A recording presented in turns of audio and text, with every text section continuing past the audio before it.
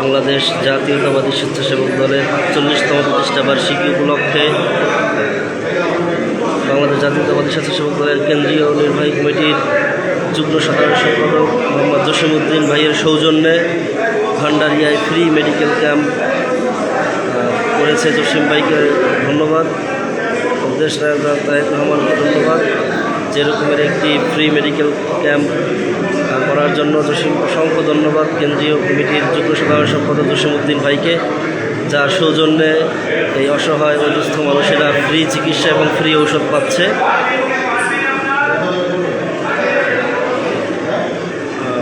Doctor তার রোগীর সাথে রোগীকে দেখছে, কাউন্সিল করছে রোগীর সাথে।